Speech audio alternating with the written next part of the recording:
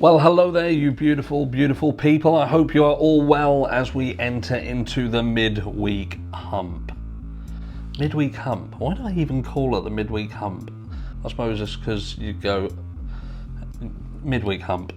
So look, I did a video at the beginning of the week. It seems so long ago.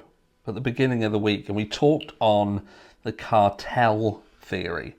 And I spoke about ways in which the cartel theory could have potentially worked into the Idaho 4 case. But in spectacular and normal fashion, I think that what people do is they skip over the video. They don't really watch it all and I'm not saying everybody, but some people, they'll kind of start watching it. They'll perhaps teeter off as I get more annoying and monotonous as the video goes on. And they don't catch the end or they miss bits out. And look, I thought best to just do a little bit of a follow-up, a part 2, if you like, on the cartel theory surrounding the Idaho 4. But before I do that, I just want to say something that's extremely, extremely important. Look, some content creators are not for people. You know, the things that they do, the way that they speak about certain things on their channel, they're just not for certain individuals. We don't gel. We don't, you know, there's people I don't like. You know, there's people who even though I appreciate that they can be fantastic at what they do, and I have a lot of respect for the work, them as a person, I just don't like. And like I say, I'm not mentioning any specific names, Michelle, but you know, it's one of those. And look, I know that there's people who don't fucking like me, but what I will say is I don't force you into watching my videos, and I certainly don't come into your work and kick the knob out your mouth. So if you don't like what I do, just don't fucking watch. Anyway, look, the cartel theory. A lot of people believe that the Idaho 4 situation was something to do with narcotics and potentially cartel. But look, what I'm going to say is this could have still been a crime that had a narcotic motivation to it, but doesn't necessarily have to be cartel in its nature. And I will categorically state right now that I do not, I repeat, I do not believe that the Idaho 4 case was a cartel hit. I do not believe that. I do not feel that there is evidence to suggest that. And people who are bringing up information that they feel points towards this being a cartel hit, I believe that they are forcing things. Like they have brought up, is it the Jesse Bailey, and the fact that he is an Aryan boss. He's involved heavily in the narcotics underworld. He has connections to the Sonoma cartel, so on and so forth. And they are trying to, there's many people who think that this guy is in fact Emma Bailey's dad. Now I cannot find anything, I'm not saying I'm right, I just can't find anything personally that connects him and his business, his dealings with Emma Bailey. Can't find it. And look, they might be distantly related, or someone's going to say, no, actually they are related. Well, I personally can't find anything. There's a lot of people who believe that this guy is Emma Bailey's dad, and they are using that information to fuel the fact that this could indeed be a cartel motivated incident. And I just can't find it. I can't connect the dots there. But look, at the end of the day, like I say, this crime could easily be narcotic in its nature, but not connected to the cartel. Why do I not feel that this is connected to the cartel? So first of all, I'm going to say, like many have stated, look, in terms of cartel operations in this area, being predominantly the aforementioned Sonoma cartel, I do not believe that this cartel would have done an attack of this nature. I do not believe so. And there's nothing historically that shows that they have done this previously.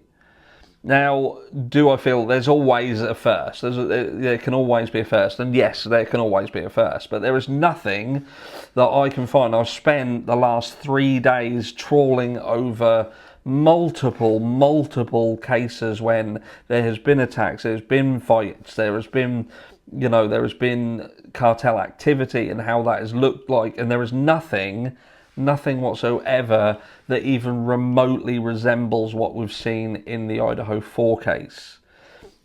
The Idaho 4 case, to me, it seems a very, how can I say, like, it seems like a very personal thing. And I believe that that's likely why a lot of people have pegged Brian Kohberger as the fall guy for this, the person who'd done it, and it's easy to lump this into kind of a jealousy, like we've heard Steve Gonsalves say. It's easy to do that. But in terms of the narcotic situation, I do still feel that it's not something that can be completely ignored. But what I don't want to do is for people to go away feeling that I have, or I feel that there is credibility in the cartel theory, because sadly I just don't.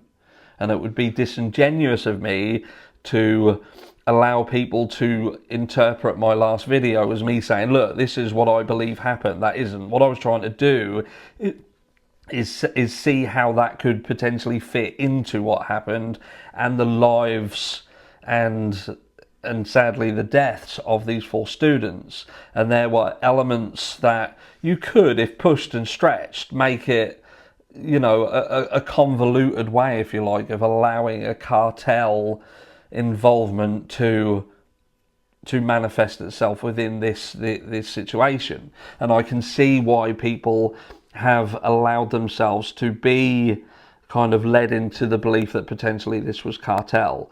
When you hear that parents of the aforementioned victims, have been involved in narcotics, you also hear that, there is obviously methamphetamines, there is indeed fentanyl in the area, and these are predominantly drugs that are controlled by cartels. It's easy to do. But personally, I do not believe that that was the case here. What do I truly believe happened here? What do I truly believe happened? I'm still at a loss. The most recent information with regards to the document drops, and I'd done a video yesterday that touched on the fact that it would appear that the defence are supporting a gag and removal from public eye of certain things that they want to have independently tested. Now that does lead me down a route that I believe that there is a potential that there is additional DNA. And I suppose when you get to that point and you are either thinking, right, so are they just testing the original things that were utilised, the aforementioned the knife sheath that we've heard multiple times mentioned as kind of the crux of it. And, I do tend to feel that there is a possibility that they're just having that retested. They've held the way in which the DNA was found on that in such a negative light, and there has been so much swirling around that it's not beyond the realms of possibility that they are latching onto that to disconnect or formulate this fruit of the poisonous tree sort of idea, if you like, within everything that came after that. For those of you who are unfamiliar with that terminology, the fruit of the poisonous tree is when you can basically rubbish an element of the case to the point with which it cannot be used because it just holds so many problems in terms of the law and due process, the correct due process, and then you can interconnect everything else that came from that into it. It becomes a fruit of the poisonous tree, which means that you cannot then legally use anything that stemmed from this initial bad apple, if you like. And look, I digress. This is going off on a little bit of a tangent. This is, like I say, this video is a little bit different than normal. It was just really about clarification of a point. I felt that a lot of people had believed that because I'd done the video on the cartel, it was me, almost like an affirmation of my acceptance of that being what happened, and it isn't. It absolutely isn't. But again, with respect to what I think happened, I'm caught on the fence between two things. And that is that Bryan Kohberger did indeed do the crime, but I am being a realist in the fact that there is not enough evidence that has been released for us to see where I could confidently say that Bryan Kohberger did this crime. He did it alone, he did it solo, independently, and I struggle to, at this stage, ascertain what would have been his catalyst for it. But then that leads me on to the second part of this. And that is, like I say, with regards to this could potentially be a narcotics situation, but not necessarily cartel related. And that to me makes a lot more sense, even if Kohberger was indeed the perpetrator, for this to be the narcotics being a catalyst rather than jealousy. Because we've heard about the parties, we've heard about the fact that there was obviously narcotics at this property.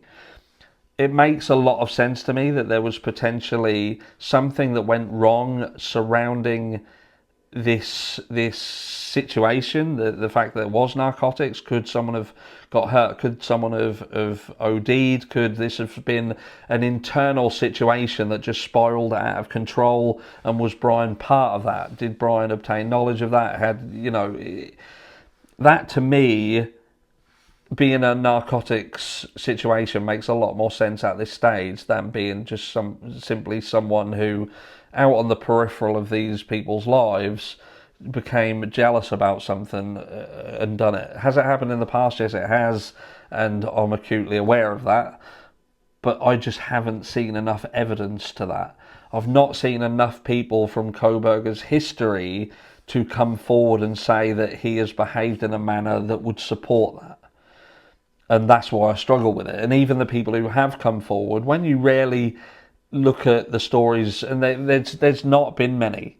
We've heard the story of Bryan Kohberger treating women differently in terms of marking, but that has been disputed, and I believe that is inaccurate. He seemingly marked all of the students harshly. He was known as a harsh marker. The statement that was made by the guy at the restaurant with regards to the fact that Kohberger was apparently a creep, had said something to a female, and I've said the fact that, look, this is just normal guy behaviour. He's a 28-year-old guy. He could have said something to a female out of line, and I've done it. And I would say that if any male turned around and said they'd never spoken to a guy while under the influence of alcohol or at a bar in a manner with which that could be taken the wrong way, or perhaps got them a little bit of a cuff around the head, they're likely lying.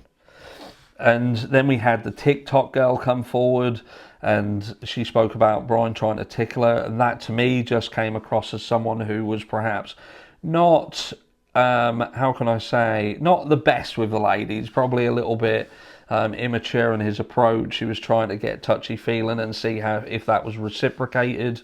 And some people are fantastic with the ladies, some people are a little bit awkward, and Bryan Kohberger does come across as someone who is a little bit awkward, but at the end of the day, he was on Tinder, he'd gone on a date, and this person ended up safe. Nothing happened to her. And if he was someone who was active on the likes of Tinder, then was this the only date that Bryan Kohberger ever went on? Was this the one and only time he used it? And I would struggle with that. But maybe nobody else has come forward, or perhaps people have come forward and we haven't heard about it, but certainly no one else has come forward and say that they also had a creepy date, or he tried to attack them, he did anything. We then have the story of the work colleague who had approached Bryan Kohberger because she felt that someone had potentially got into her apartment, and he apparently helped her install CCTV to protect her. And I just think to myself, that's what I would have done. That's exactly what I would have done. But obviously, in this case, people have twisted that as if he's done it to stalk her. And I just think, well, what is the alternative to that? What would you have wanted him to do? What, not help her? tell her to just call 911 in the event that there's an attacker who does come into a house. Well, look how that turned out in the 1122 King Road situation. We're seeing exactly a situation where had someone had from that home approached someone for help because they felt that someone might have been entering that house, you know, perhaps if there was CCTV actually inside that house or some form of surveillance better covering that property, we wouldn't be having the questions we have now. And, you know, we've heard other stories about Brian Koberger who had assisted in saving the life of an individual. You know, there's just not enough for me to say, yeah, Brian Koberger was definitely jealous. But the narcotics angle, and did he have connections with 1122 King Road, which is facilitated in my mind by the fact that he apparently had tried to communicate with Bethany Funk in regards to potentially exculpatory evidence. Now, was that the fact that he did indeed have dealings with this property? They knew of him. Who knows? We may never learn. But from what I'm seeing, I still feel there's a potential that something just went wrong. Something happened in this property, and, you know, I just feel that. I just feel it. I don't know what you guys think, but I just wanted to clear that up. I'll catch you all in the next one.